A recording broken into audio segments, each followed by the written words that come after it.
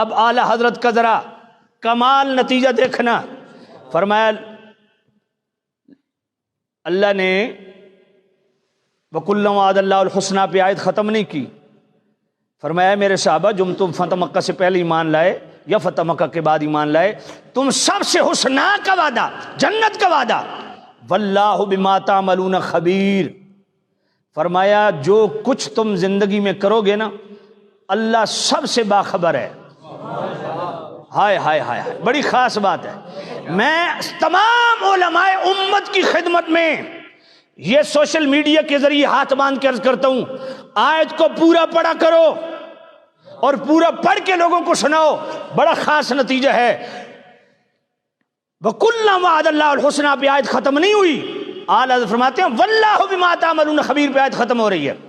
اللہ فرماتا ہے تم سے حسنہ کا وعدہ ہے، وَاللَّهُ بِمَا تَعْمَلُونَ خَبِيرٌ، جبکہ اللہ تعالیٰ تمہارے ہر عمل سے باخبر ہے۔ فرمایا اللہ کو پہلے سے پتہ تھا جنگیں بھی ہوں گی، مشاجرات بھی ہوں گے، اختلافات بھی ہوں گے، نزاعات بھی ہوں گے، آپس میں ٹکرائیں گے، جنگ جمل بھی ہوگی، جنگ صفین بھی ہوگی، مگر حسنہ کا وعدہ سب سے۔ اب اعلیٰ حضرت فرماتے ہیں جو چونکہ چنانچہ کے چکر میں پڑے نا، اسے سورہ بقرہ کی آیت نمبر 144 سناؤ، اَأَنْتُمْ أَعْلَمُ أَمِ اللَّهُ، فرمایا اللہ فرماتا ہے تو زیادہ جانتا ہے یا میں زیادہ جانتا ہوں؟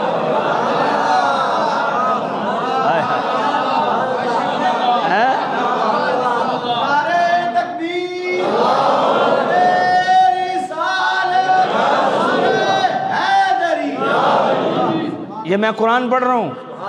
أَأَنْتُمْ أَعْلَمُ أَمِ اللَّهُ وَمَنْ أَظْلَمُ مِمَّنْ كَتَبَ شَهَادَةً عِنْدَهُ مِنَ اللَّهِ، فرمایا اس سے بڑا ظالم کون ہے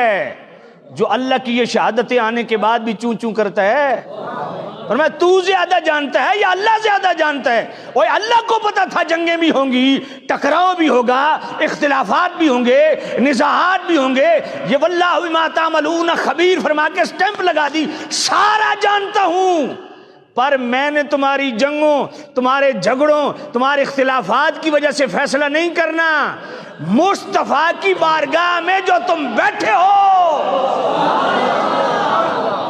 ہائے ہائے ہائے ہائے ہائے ہائے، یہ بڑی خاص بات۔ ارے صحابی کی جنت نمازوں کی وجہ سے نہیں، روزوں کی وجہ سے جنتی نہیں ہے، صحابی حج کی وجہ سے جنتی نہیں ہے، اس کی الگ برکتیں ہیں۔ صحابی کا شرف یہ ہے کہ جس صحابی نے زندگی میں ایک بھی نماز نہیں پڑھی، ایک بھی روزہ نہیں رکھا، کسی جہاد میں نہیں گیا، صرف ایک لمحے کے لیے ایمان کی حالت میں آیا، حضور کی مجلس اختیار کی،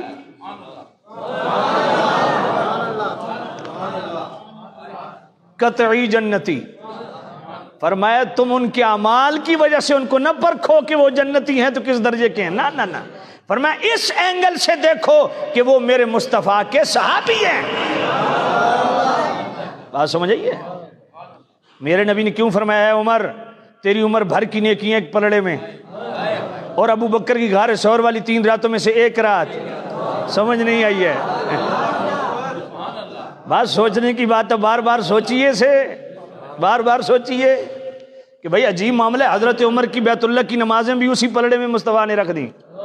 مسجد نبی کی نمازیں بھی اسی پلڑے میں رکھ دیں، عمل جہاد بھی اسی پلڑے میں رکھ دیے،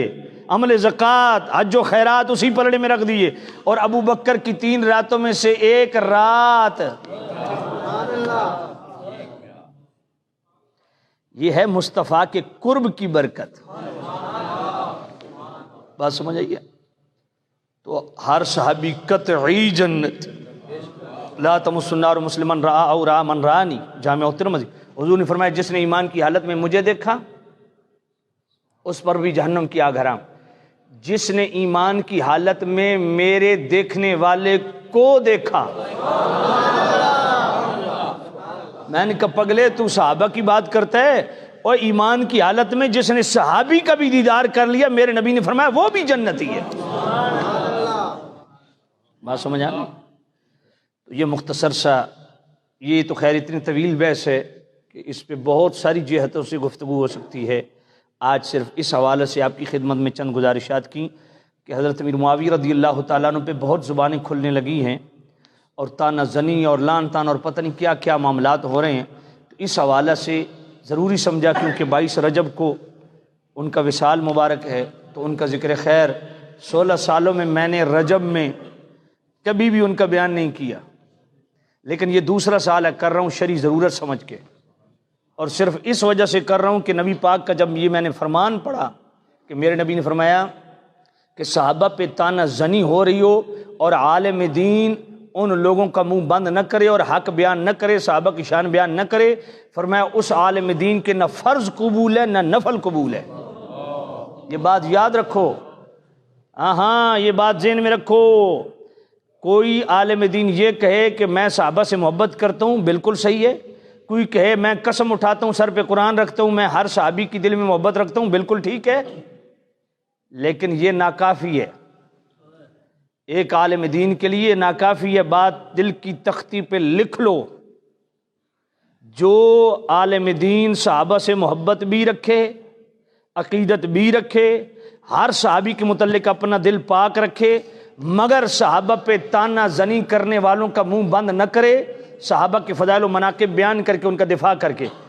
اس بندے کے بھی، اس عالم دین کے بھی فرض بھی برباد ہے، نفل بھی برباد ہے۔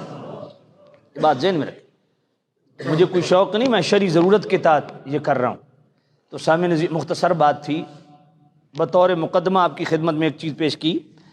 کہ حضرت امیر معاویہ کا نہ مولا علی سے برابری ہے نہ فضیلت ہے، اس سے اہل سنت کا انکار ہے، اور بحیثیت صحابی ان کا دفاع کرنا اور بحیثیت صحابی ان کے فضائل و مناقب بیان کرنا، یہ اہل سنت کا ہمیشہ سے شعار رہا ہے، اور اس دور میں اس پر اصرار